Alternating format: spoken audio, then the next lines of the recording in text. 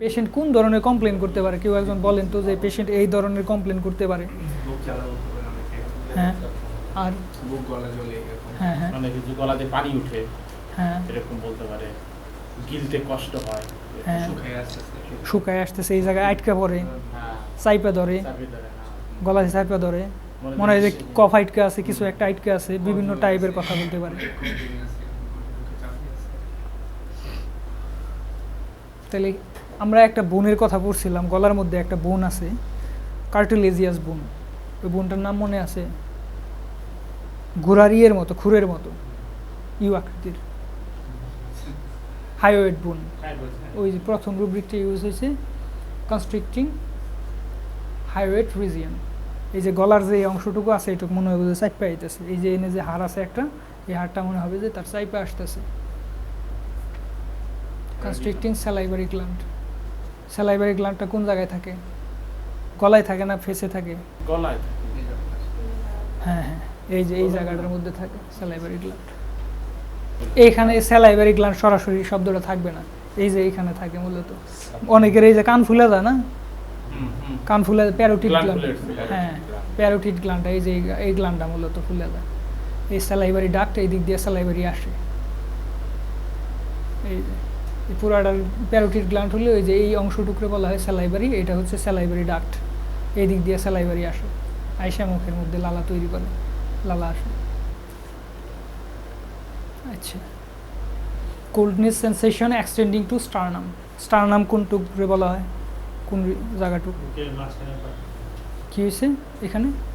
Coldness sensation extending to sternum. থ্রটের মধ্যে একটা ঠান্ডা অনুভব হয়ে সেটা স্টারনাম পর্যন্ত প্রসারিত হয়। কোন জায়গাটা স্টারনাম? কোন জায়গাটা? রিবগুলা যেখানে জয়েন্ট হয়েছে। ঠিক আছে, রিব জাংশন। রিবগুলা যে জায়গার মধ্যে ই হয়েছে, সংযোগ হয়েছে, কানেক্টেড হয়েছে, সেই জায়গাটার নাম কি? এই হাড়টার নাম কি? Sternum. Discolouration, redness, uvula. Uvula কি? আলজিবা। আমরা এমনি এপিগ্লোটিক জানি, কিন্তু রেপার্টরিতে ইউভোলা শব্দটা দিয়েই করা হয়েছে। Discolouration, redness, uvula. থ্রটের ইনফ্লামেটরি কন্ডিশন হইতে পারে, কনজেশন হয়েছে, রক্ত জমছে। রক্ত কেন জমে? ইনফ্লামেশনের বৈশিষ্ট্য কি? ফুলে যাব, লাল হয়ে যাবে, শক্ত হবে, এটা হচ্ছে ইনফ্লামেশনের কন্ডিশন। রেডনেস হয়েছে, ফুলে গেছে, তার মানে ইনফ্লামেশন, শরীরের মধ্যে একটা ইনফ্লামেটরি কন্ডিশন চলতেছে, প্রদাহ চলতেছে কোনো কিছু। আচ্ছা, পরে ড্রাইনেস পোস্টেরিয়র পার্ট। থ্রটের পোস্টেরিয়র পার্ট কোনটা? কোনটু?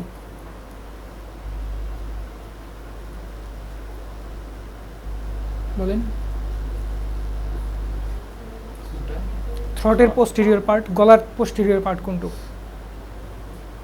গলার ভিতরে। গলার ভিতরে। গলার মধ্যে দুইটা, সামনে পিছে দুইটা অংশ আছে। একটা হচ্ছে এই যে মুখের যে, এই যে মুখের যে সাইডটা আছে, এই সাইড একটা, আর পিছনের সাইড একটা। উপর নিচে না কিন্তু, অ্যান্টেরিয়র পোস্টেরিয়র উপর নিচে বোঝাবে না, তার সাইড যে আছে আমাদের বডির সাইডের অংশে। এই যে যদি আমরা এই গলাটার এই দিক দিয়েই করি, ডিসেক্ট করি, তাহলে একটা সামনের অংশ পাবো আর একটা পিছনের অংশ পাবো। তার সমস্যাটা কোন অংশে? পোস্টেরিয়র পার্ট, তার গলার পিছনের দিকে। গলার পিছনের দিকে কি হয়েছে? ড্রাইনেস, শুষ্কতা।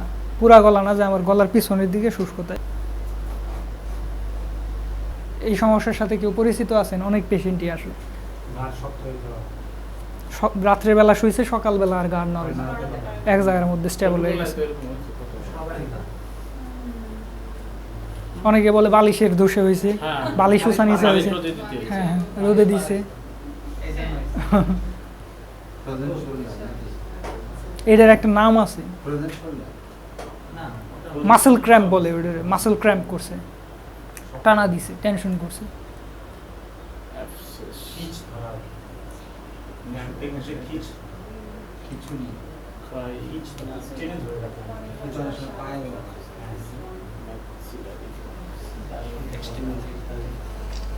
এটা কিন্তু মাসল, এক ধরনের মাসল, পেশি কিন্তু। এটা এই স্টার্নাম থেকেই হয়ে ওই অক্সিপিট পর্যন্ত টানা থাকে, একটা টানা দেওয়া, দুই সাইডে আছে, দুই সাইডে। এই মাসলটা ক্র্যাম্প করে টানা দেয়। এই মাসলটার নাম কেউ জানেন?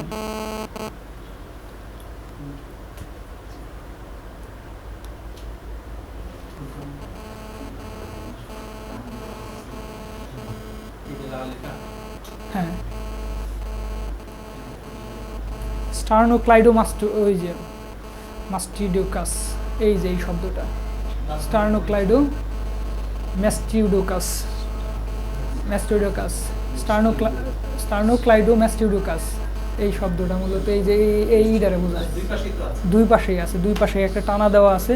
অনেক সময় এটা দেখা যায় দুই পাশেরটা ক্র্যাম্প করলে, কোনো একটা পাশে ক্র্যাম্প করছে, টানা দিছে, তখন আর গান নড়ে না। নড়াইতে গেলেই সেখানে টান লাগে, ব্যথা করে, এটা লাগে। এইটা প্রতিনিয়তই অনেক সময়ই লাগে। হ্যাঁ,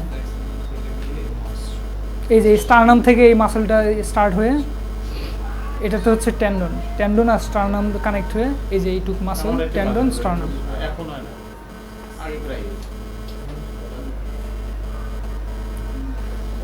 আচ্ছা, এই যে এক্সটার্নাল থ্রট, গলার বাহিরের দিকের এটা বোঝাইতেছে। Pain, tearing side extending to occiput, এটার মানেটা কি? কোন জায়গা থেকে কোন জায়গায় করতেছে, এক্সটেন্ড করতেছে?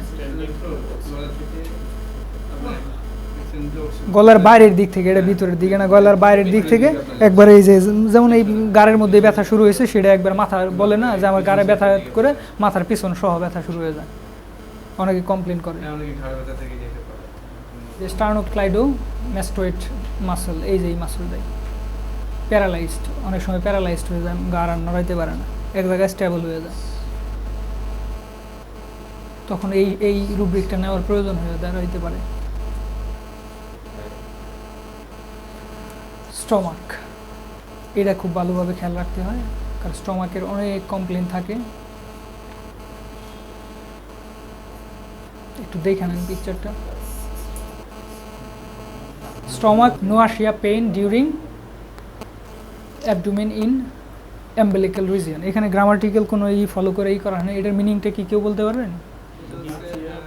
পেইন ডিউরিং, যখন তার ব্যথা দেখা দেয়, পেটের মধ্যে ব্যথা দেখা দিলে তার বমি শুরু হয়, বমি একটা ভাব শুরু হয়, ওটা কি হয়? ইন অ্যাম্বিলিক্যাল রিজিয়ন, এই নাভির গুড়াতে যখন ব্যথা করে তখন তার বমি, পুরো পেটের কমপ্লেন সে করে না, নাভির যে অ্যাম্বিলিক্যাল রিজিয়নটা আছে, এই রিজিয়নটার মধ্যে ব্যথা করে সাথে বমি ভাব দেখা দেয়, যে আমার এই নায়ের গুড়ার মধ্যে, অনেকে বলে মানে স্বাভাবিক যে নাভির কাছে ব্যথা করে আমার বমি ভাব শুরু হয়ে যায়, তখন কি করবেন? এই যে অ্যাম্বিলিক্যাল রিজিয়ন, এই pain, nausea, pain during abdomen in liver.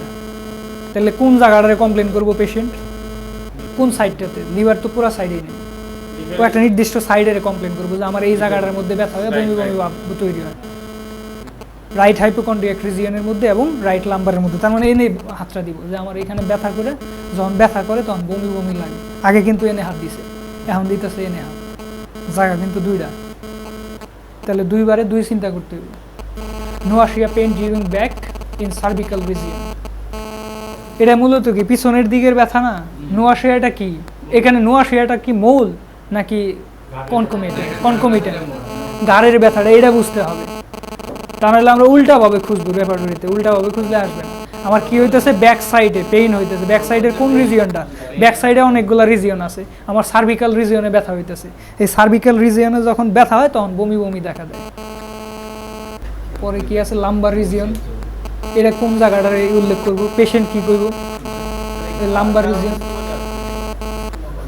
নোয়াশিয়া, বমি ভাবটা যে ইয়ের মধ্যে, বমিটা কোন জায়গায় হয়? বমি কোন জায়গা থেকে হয়? একটা নির্দিষ্ট জায়গা থেকে, স্টমাক থেকে হয়। আচ্ছা, লাম্বার রিজিয়নে একটা কমপ্লেন আছে, লাম্বার রিজিয়নটা পেশেন্ট কি উল্লেখ করব? কোন শব্দটা করব? কোমর ব্যথা করব।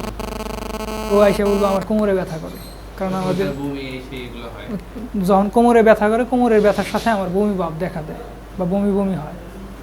বমি হয় না, নোয়াশিয়া মানে বমি ভাব, বিবমিশা বলে, বমি হবে কিন্তু হয় না, কোমরের ব্যথার সাথে দেখা দেয়।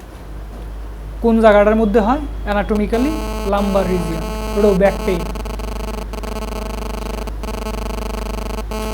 পিসের কয়েকটা অংশ আছে, কয়েকটা রিজিয়ন আছে, একটা হলো সার্ভিক্যাল রিজিয়ন, আরেকটা তার নিচেরটা কি? থোরাসিক রিজিয়ন, তার নিচেরটা লাম্বার কক্সিক রিজিয়ন। এই সবগুলো হলো ব্যাক শব্দ back pain, pain general extending back to vertebra. এটা কি হইতেছে, ব্যাক সাইডের যে আমাদের আছে স্পাইনাল কলামটা আছে, ভার্টিব্রাগুলো আছে, এই পুরা ভার্টিব্রা জুড়ে অনেকে বলবো যে আমার এই যে পিছনের এই মাঝখানে একবারে অনেকখানি সোজা বরাবর ব্যথা করে, অনেকে কমপ্লেন করে যে আমাদের এই মাঝখানের যে এইটা আছে হাড্ডিটা আছে মানে ভার্টিব্রা স্পাইনাল কলাম যে এটার মধ্যে ব্যথা করে পুরাটার মধ্যে, তখন এই যে ওইটা